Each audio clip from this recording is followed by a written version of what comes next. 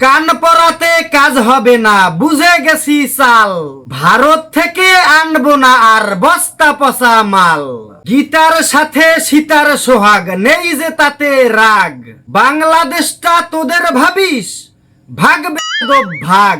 কথায় এবং আচরণে যেই জাতি জঘন্য। কোন কারণে কিনতে যাব ওই সাদের পণ্য? দাদা বাবু খুশি হবে উষ্ঠামারি মুখে। বাংলাদেশের মানুষ এবার উঠছে সবাই রুখে। রামের নীতি ঠান্ডা মাথায় দি আগুনে পুড়ে।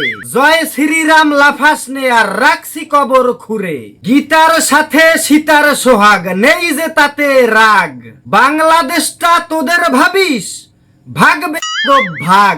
এদেশ তোদের অঙ্গরাজ্য, কোন হারামি বলে? বিচ্ছা ছুঁড়ে মারবো সব ভয়ানক কৌশলে।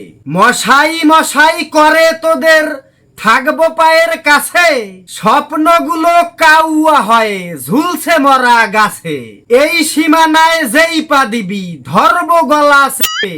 এখন থেকে বলবি কথা বাটখারাতে মেপে। কান পরাতে কাজ হবে না, বুঝে গেছি চাল। ভারত থেকে আনবো না আর বস্তা পচা মাল। আলু পেঁয়াজ তেল চিনিতে করবো না আর লোভ। এখন আছে বুকের ভেতর তোদের জন্য ক্ষোভ। মেয়াদবিহীন মালের গাড়ি করব ছাই।